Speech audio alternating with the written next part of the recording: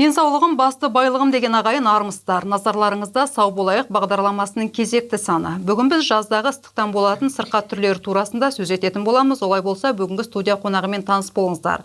Қарағанды қалалық номер 4-ші емхананың жоғары санатты терапевт дәрігері, білікті тәуелсіз сарапшы Ишетова Айша Абенина студия қонағы. Айша Абенқызы, студиямызға қош келдіңіз. Әр маусымның өзінің бір жағымды да жағымсыз тұстары болады ғой. Адам баласына жаға бермейтін тұстар көп шындығында. Осы тұста жаздағы ыстықтан болатын ауру түрлеріне тоқталсақ, көп жағдайда ыстықтан қандай аурулар асқынуы мүмкін? Енді өздеріңізге белгілі, мына метеорология станцияның қызметкерлерінің айтуы бойынша, осы биыл әсіресе жаз ыстық болады деген мәлімдеме бар. Сондықтан ең бірінші айтайын дегенім, осы айларда бастан ыстық өту және дене қызуы көтерілуі сондай жағдайлар болады. Бұл екі жағдайдың екеуінің нелері бір ұқсас бір-біріне: бас ауру, бас айналу, лоқсу, құсу, одан қалды жүрек қағысының жиілеуі, тері жамылғысының қызаруы, суық тер шығуы, әлсіздік, сондай жағдайлар пайда болады. Ең ауыр түрлері ол мына тырысуға дейін болады. Тырысу кезінде жедел жәрдем көрсететін болмаса, басқа да қиын жағдайлар болып кетуі мүмкін. Бастан күн өту деген, мына күннің ыстық күндерінде күн сәулесінің басқа тура әсеріне байланысты бас қан тамырларының кеңеюі салдарынан нерв жүйкесіне зақым келеді. Сондықтан жаңағы айтып отырған жағдайлар болып қалуы мүмкін. Ал былай ыстық өту деген ол тек қана жаз айында емес, кез келген жағдайда болуы мүмкін. Ол дене қызуының көтерілгенде болуы мүмкін. Мына сауна, моншаларда көп ыстық жерде отырып қалса, қапырық бөлмелерде отырып қалса көбінесе. Сосын мына жай айта кетейін дегенім, мына қарапайым далада тұрған, ыстық кезде тұрған машинаның ішіне, көліктің ішіне кіре сала отыруға ол да болмайды. Ең бірінші есіктерін ашып, ішін кішкене желдетіп алып, содан кейін ғана отыру керек. Егер де балалар туралы айтайын десем, бұл жерде балаларды ыстық машинде жаз айында мүлде қалдыруға болмайды. Ол өте қиын жағдайларға әкеп соғуы мүмкін. Сондықтан кез келген осындай бір жағдайлар болғанда әртүрлі көмек көрсетіледі. Ыстықтың енді жаңа өзіңіз қандай аурулар туындатуы мүмкін екенін айтып жатсыз. Осы тұста қан қысымы жоғары адамдарға да бір аса қауіпті ғой бұл. Иә, дұрыс айтасыз. Әсіресе мына күннің ыстық кезі, бастан күн өту, ыстық өтудің салдарынан ең бірінші қатты зардап шегетіндер бұл бөгде жасқа келген үлкен адамдар, қан қысымымен ауыратын адамдар, эндокринологиялық аурулар бар адамдар, денесі анандай салмағы үлкен адамдар әсіресе өте нашар сезінеді. Одан қалды балалар, жасөспірімдер, осы жаңағы айтылған адамдар өте қиын әсер етеді. Күн сәулесі де, ыстық өтуді. Күн көзіне қатты ұрыну кей жағдайда тері ауруларында туындатуы мүмкін, тіпті ракқа дейін апарып жатады деген сөз. Тері күйіп те қалуы мүмкін, егер сондай қатты. Сондықтан, егер де осында жаз күн ыстық кездерінде күн сәулесінде кішкене жата тұрам деп жатып қалуға болмайды. Егер демалатын жағдай керек болатын болса, бір көлі жерге барып жату керек. Өйткені соңары ұйықтап кетсе, көп жатып қалса, тері жамылғысы жаңа өзіңіз айтқандай күйіп кетуі де мүмкін. Жаңа жоғарыда айтып өттім, қатерлі ісік ауруына шалдыққан адамдар қандай категорияда болмасын, ыстыққа қарсы көрсетілім бар ол кісілерде? Иә. Ол кісілерге ыстық деген кез келген, мысалы, жаңағы қатерлі ісік аурулары бар адамдар, одан қалды жаңағы мен айтып өткен категориялы адамдар. Сосын мына жай күнделікті айтатын болсақ, көзге операция жасалған адамдарға мына ыстық бөлмеге де кіруге болмайды, сауна деген жерлердің өздеріне. Сондықтан денсаулығы енді нашар адамдарға ыстық өте қатерлі. Жаңа өзіңіз жақсы айтып өттіңіз, көп жағдайда жас аналардың кетіріп жататын қателігі жаңа көлік ішінде жас балаларды тастап кетуі. Осыдан келіп түрлі жағдайлар туындап жатады. Жалпы ыстыққа ұрынғанда жедел жәрдем дәрігер я болмаса көмек көрсететін медициналық қызметкер жеткенше қасындағы адам алғашқы қандай көмек көрсетсе болады? Ең бірінші мен айтайын дегенім, ең бірінші не дейді ғой, алдын алу, профилактика. Ең бірінші жаз айларында адам мынандай ашық түсті киімдермен жүру керек.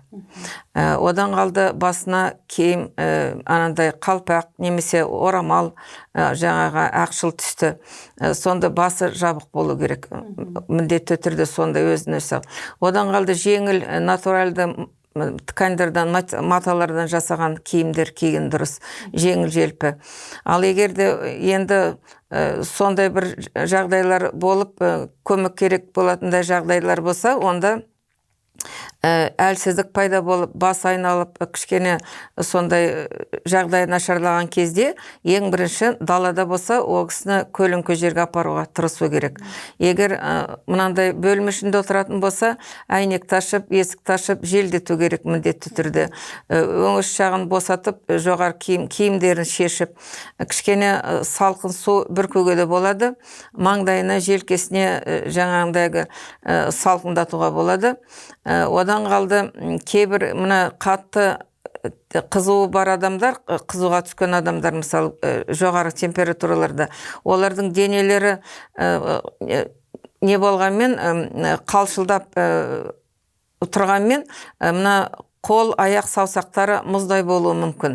Ондай жағдайда ересектерге біз кәдімгі спиртовый раствор дейміз, жаңағы уксусный обертывание сондайлар жасап, массаж, уқалау қажет.